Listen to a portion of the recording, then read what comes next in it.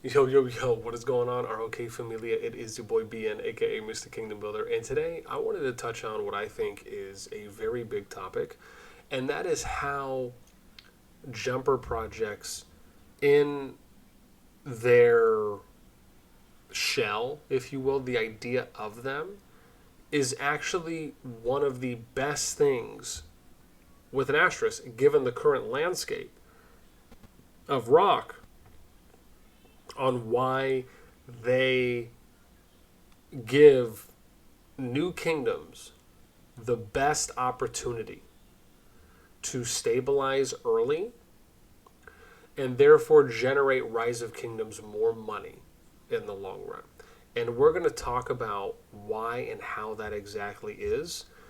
And for anyone who thinks that jumpers are inherently a bad thing, remember that it's more about the project and specifically the leadership and the decisions that are made at the top from the people in charge that factor and go towards the direction that a kingdom or group is planning is planning to go through. And I'm so excited to have this opportunity to educate and just provide good quality information. So before we get started, humbly, as always, if you enjoy the content, make sure you sub, like, ring the notification bell, and smack, of course, that Discord link, which you can find in the description/pin comment below. Okay, so before we get started, right, let's briefly talk about, right, some of the points that you may hear from some people that will bring up about jumpers. And so I just did like a quick search, and I'm going to show some of these off real quick. So I did a quick search over here on the sidebar just to look at, who's ever made any like jumper comments. There's a person here, jumpers are annoying, make a separate Discord. Right, I don't pay attention to jumpers. Let me see here. How bad is a jumper compared to whales? Right, staff says, I think jumpers are a waste of time. Let me see here if there's any others. Just before I can kind of get into... right, okay. I mean, quality language there. That's all right. But we're getting the point. And let's see here if there's any others. Right, here we go. Nice quality one there. Let's see if I can find one or two more before we branch off. Because I want to see if there's actually any maybe points that people make. Because I know there was a few that we ended up seeing. I would start. I'm also glad they made a jumper song with the press. Okay, so there's some positive stuff right there.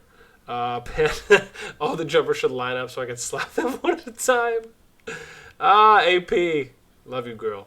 Love you. Jumper nerds clogging, killing the server, so it'll take some time for Kingdoms to get released now as it opens based on people downloading the game. Yeah.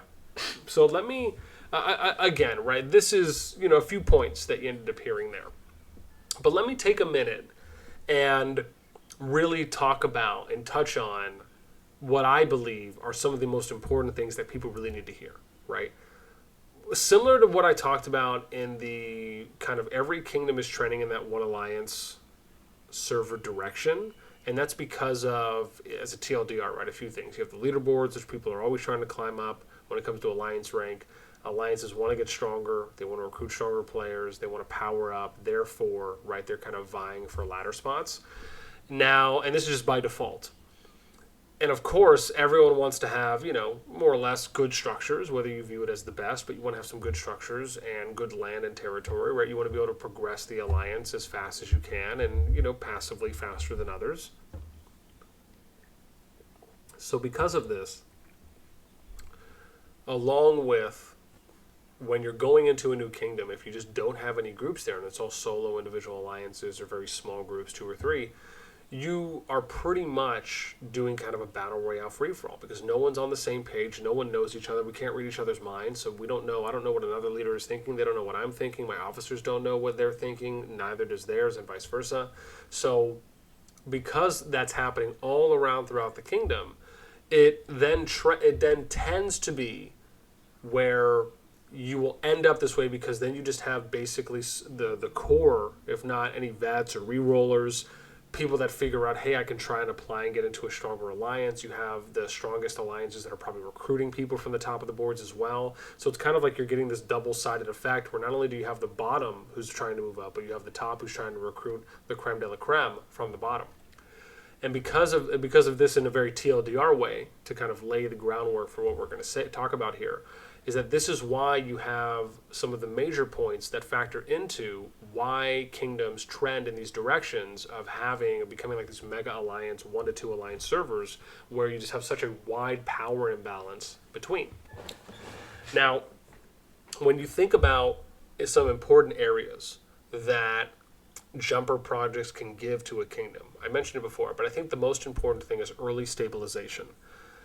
When you have a big enough group that can come into a kingdom and really, truly stabilize, right? I'm not talking like you're just coming in with two or three alliances. I'm saying you're coming in with enough alliances to where you can truly stabilize the kingdom, right? The only way you can do that, in my opinion, is you have to have at least 6 alliances. Why do I say that? Because you have to be able to have presence in every single province, where it's not just you like temporarily visiting, though you are really there to stay kind of almost as an embassy of sorts. So, or embassy in a different country. And so again, you need at least 6 alliances to really just do that at a bare minimum capacity. And what do I mean by stabilizing? Well, stabilizing really has a few I guess examples here. One, stabilizing a early Zone 1 province so that way you can minimize the amount of fighting or war that potentially happens. 2, the amount of rogue behavior that potentially happens. 3, it allows you to provide some structure to the province so that way you're not having people that are putting or setting themselves up to eventually lead down the road of fighting or crossing paths and then doing so because of such, whether that's 3 or 5, 6, 7, however many alliances flagging all towards certain things. They're going to cross paths eventually, and then they're going to end up fighting it out, right? Instead, trying to be somewhat of a middleman, right, and then trying to not really involve yourself in fighting as much as you can. Those are things that groups can do where you can kind of solve those disputes and really look at alternate options and provide good troubleshooting solutions. These are important things that factor into stabilizing, right? Some may even call this diplomacy, right, or just communicating with another human being. So that probably goes into 3 and 4. 5, I think the important thing is when you see a big group that's in a kingdom, it lends itself visually. When you're looking on the boards, you can see that there is a presence, and that presence garners the attention of players to say, well, man, they got 6, 7, 8, 9, 10 alliances here, we need to figure out what's going on. We need to get some information out, or try and get some information in. Or I guess both technically in and out by reaching out and then also being contacted.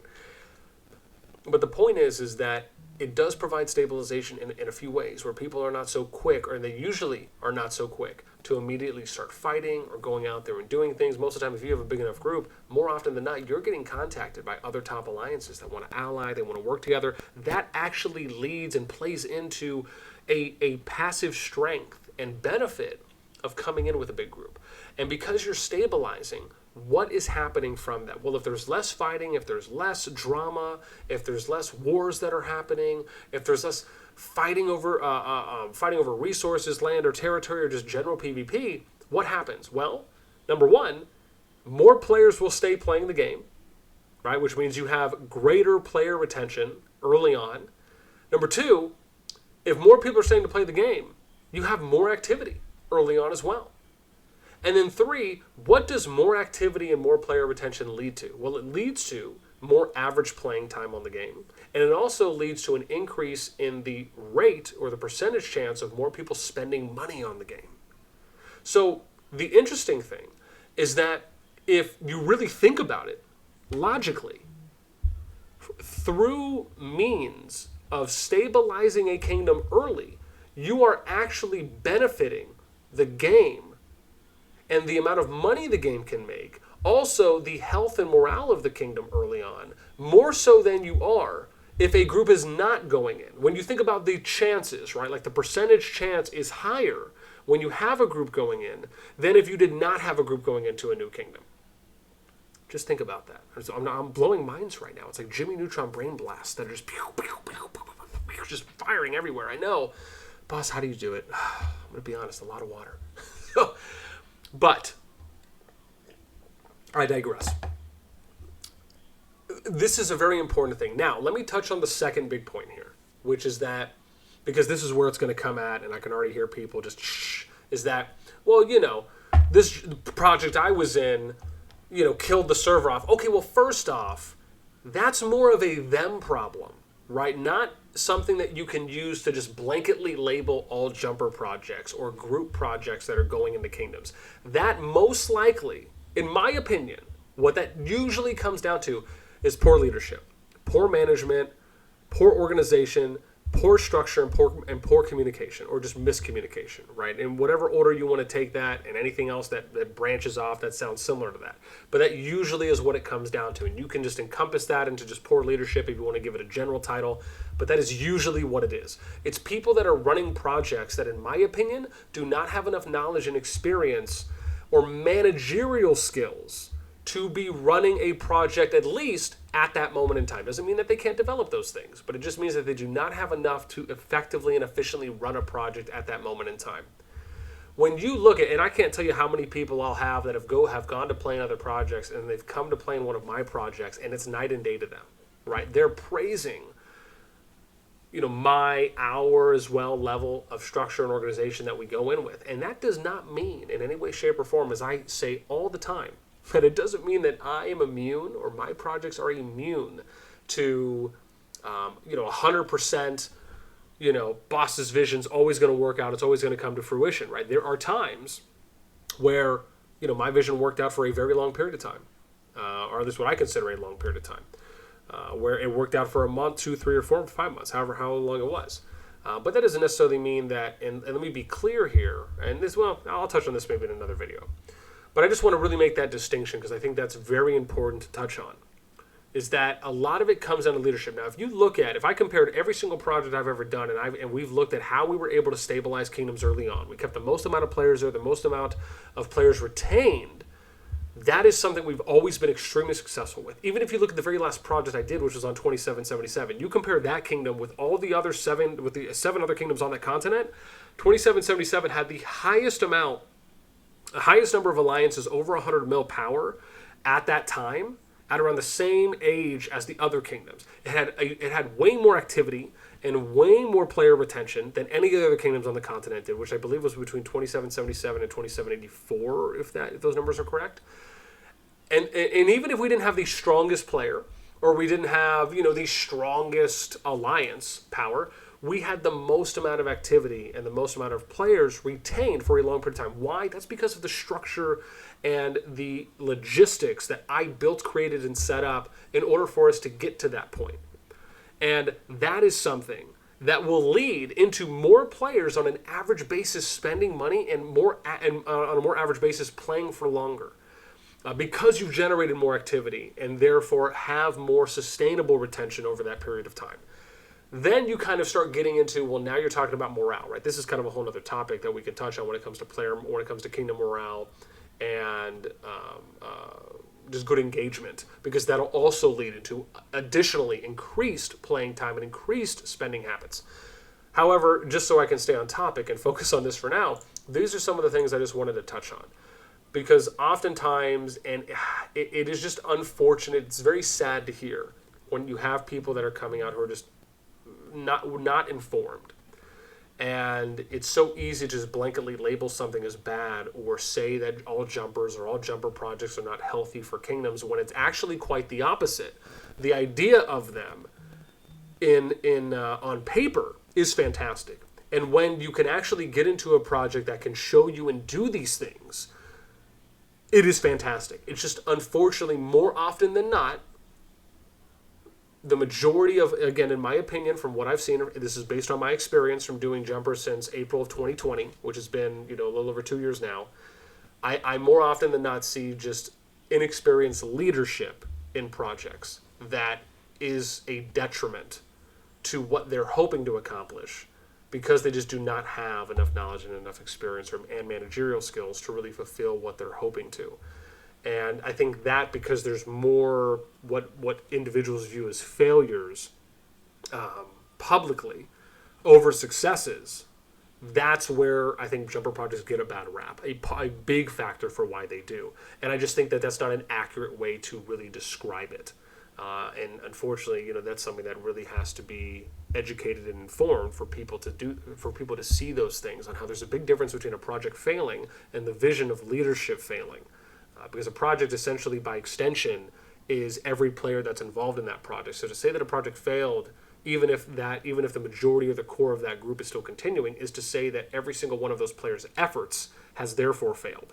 And that's just not true. That's actually disrespectful to the people that are still continuing in said kingdom. With that being said, that's pretty much all I have for today. So if anyone, again, as always, if you have an opinion, a thought, whether you agree or disagree, you're indifferent, let me know in those comments down below. I'd love to hear anything and everything. Please share with me. And if you found this video to be helpful, if you found the words for me explaining and providing you a different perspective, a more, what I feel, realistic approach on how to view these things, and maybe you appreciate that, let me know. I'd love to hear some good vibes as well. With that being said, again, as I said, that is it for me. Without being too redundant here, I'm done. Alrighty, until next time, we'll catch you guys later.